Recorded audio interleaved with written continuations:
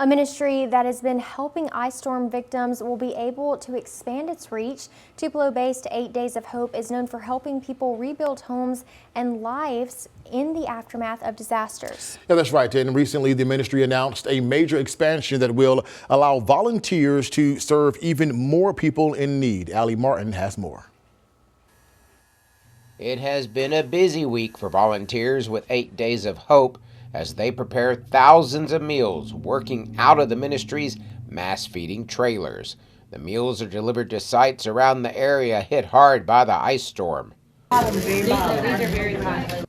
And training is taking place this weekend for new leaders who will help direct teams of volunteers responding to disasters. Thank you, Jesus. All the work is done out of the ministry's national headquarters, built 7 years ago, and now it's time to expand the facility's footprint. We've outgrown it. You can see behind me, even though we have equipment all over Northeast Mississippi, the building's full. Our training center that was meant to train 40 or 50 people, we need to train 300.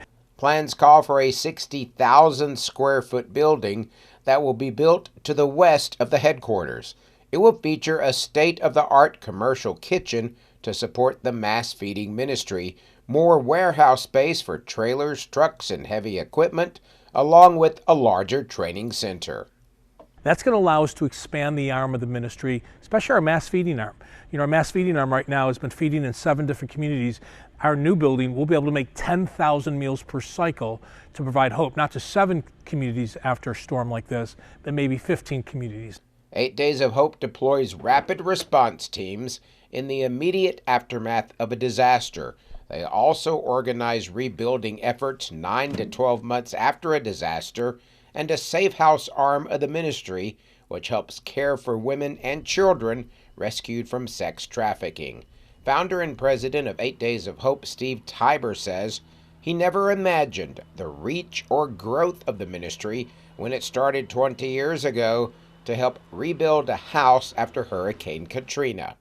Part of my personality has always been to dream big. God dreams way bigger than anything that we can ever imagine. I didn't expect this. My dad and I were going to get a couple buddies and help one family rebuild their house. That was our plan.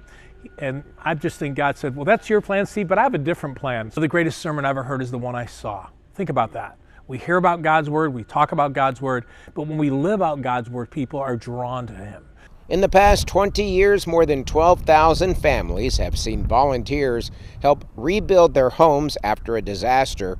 More than 55,000 meals have been served through the mass feeding ministry, along with $95 million in free labor. The expansion is expected to help the ministry double in size within a few years.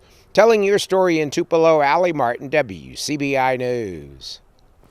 And the groundbreaking ceremony is tentatively set for March or April. The construction should be completed by next spring.